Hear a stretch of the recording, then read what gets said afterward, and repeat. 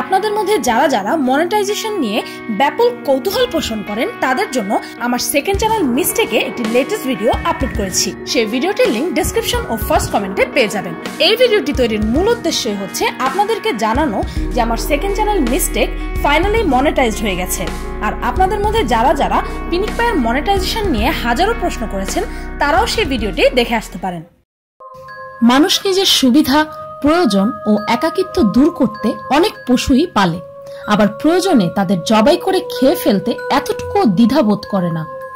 কখনো ভেবে দেখেছেন যেমন করে একটি মালিক তার গৃহপালিত পশুটিকে খেয়ে ফেলতে পারে, ঠিক তেমনি যদি একটি গৃহপালিত পশু তার মালিককেই খেয়ে ফেলত, তাহলে বিষয়টা কতটা অনাকাঙ্ক্ষিত ও ভয়ঙ্কর হতো বলে আপনার মনে হয়? পিনিকপাইয়ের আজকের পর্বে আপনারা দেখবেন এমনই কিছু পালতু পশু যারা সত্যি সত্যি নিজেদের মালিকদের মাংসে ভোজন করেছে।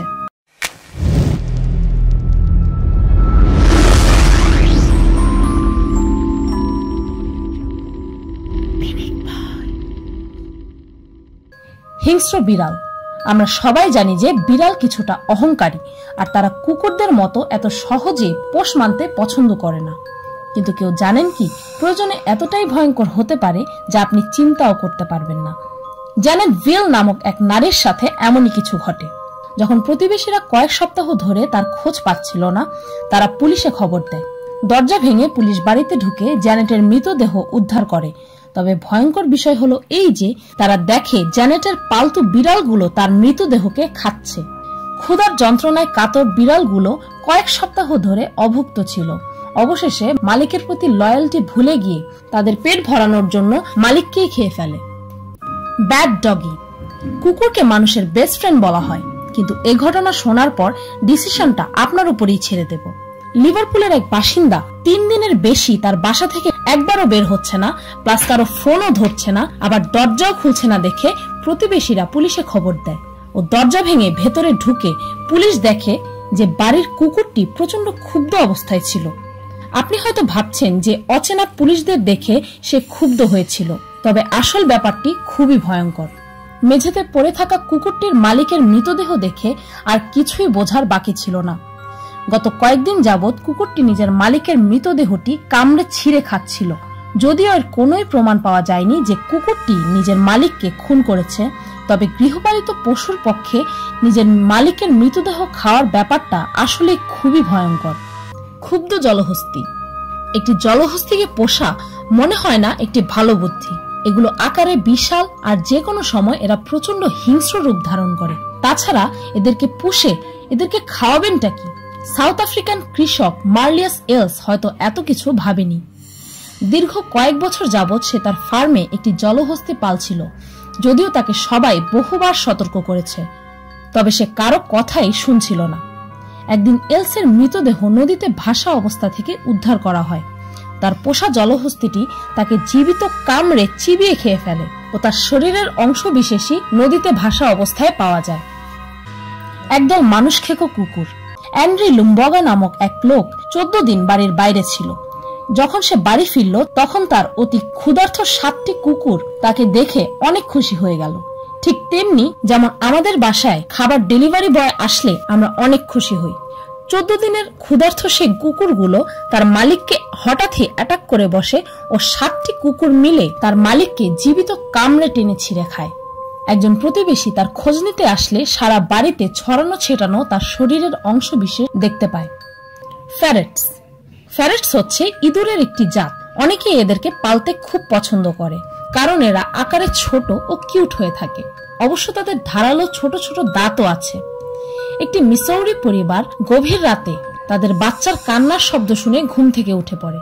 তারা ভেবেছিল যে বাচ্চাটির হয়তো ক্ষুধা লেগেছে, নতুবা তার ডাইপার চেঞ্জ করতে হবে। তবে দুঃখজনকভাবে তারা এমন কিছু দেখল যা ছিল খুবই ভয়ঙ্কর।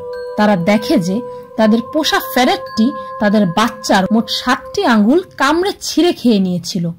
এমন ভয়ঙ্কর দৃশ্য আসলেই আত্মা কাঁপানোর মতো। ফ্যারেটটিকে পরবর্তীতে মেরে ফেলা হয় ও বাচ্চাটিকে পাশেরই একটি হসপিটালে নিয়ে যাওয়া হয়। সাপের ছোবল। যারা সাপকে প্রচন্ড ভয় পান, এই ঘটনাটা শুনলে তাদের আত্মা কেঁপে উঠবে। গ্র্যান্ড উইলিয়ামস নামক এক লোক একটি 13 ফুটের বার্মিজ সাপ পালতেন। কিন্তু হঠাৎই একদিন তার প্রতিবেশীরা তার মৃতদেহ খুঁজে পায় ও তার মৃতদেহের সাথে তার পালতু সাপটি পেঁচানো ছিল। মানুষটির মৃতদেহ ও সাপটিকে পরীক্ষা করার পর বিশেষজ্ঞরা জানান যে সাপটি আসলে আশেপাশে থাকা একটি মুরগির ঘ্রাণ পেয়েছিল। আবার এটিও হতে পারে যে সে অত্যন্ত ক্ষুধার্ত ছিল ও তার সামনে তার মালিককে পেয়ে নিজের পেট ভরানোর জন্য তার শরীরে পেঁচিয়ে তাকে খাওয়া শুরু করে। শূকরের খাদ্য। টেরি ভ্যান্স গার্নার নামক এক ব্যক্তি প্রতিদিনের মতো সেদিনও তার পালতু শূকরদের খাবার খাওয়াতে যায়, কিন্তু যখন সে আর ফিরে আসছিল না তখন তার পরিবার তাকে খুঁজতে যায় ও 69 বছর বয়সী এই লোকটির মৃতদেহের অংশবিশেষ চারিদিকে ছড়ানো ছিটানো অবস্থায় পায়। পরে জানা যায় যে লোকটির হঠাৎ একটি হার্ট অ্যাটাক হয় আর সে মাটিতে পড়ে যায়। তার দুর্বল সেই অবস্থার সুযোগ নিয়ে তার পালতু শূকরগুলো তাকে জীবিত অবস্থায় খেয়ে ফেলে। বাড়ির ভেতরের চিড়িয়াখানা।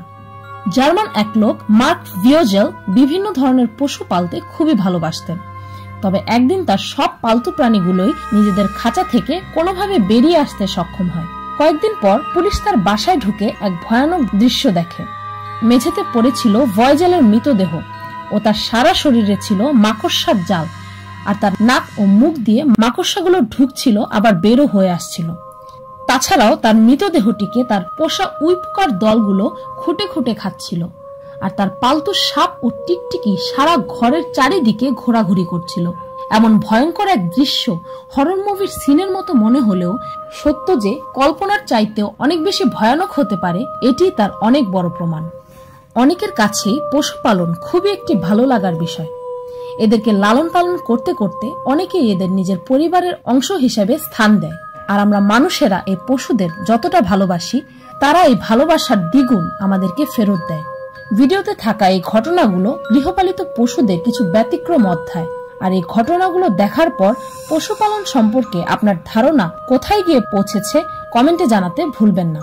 ভিডিওটি ভালো লাগলে একটি লাইক দিতে ভুলবেন না, আর আমার চ্যানেলটিকে সাবস্ক্রাইব করুন প্রতিদিন আরো অদ্ভুত ও মজার সব ভিডিও দেখতে।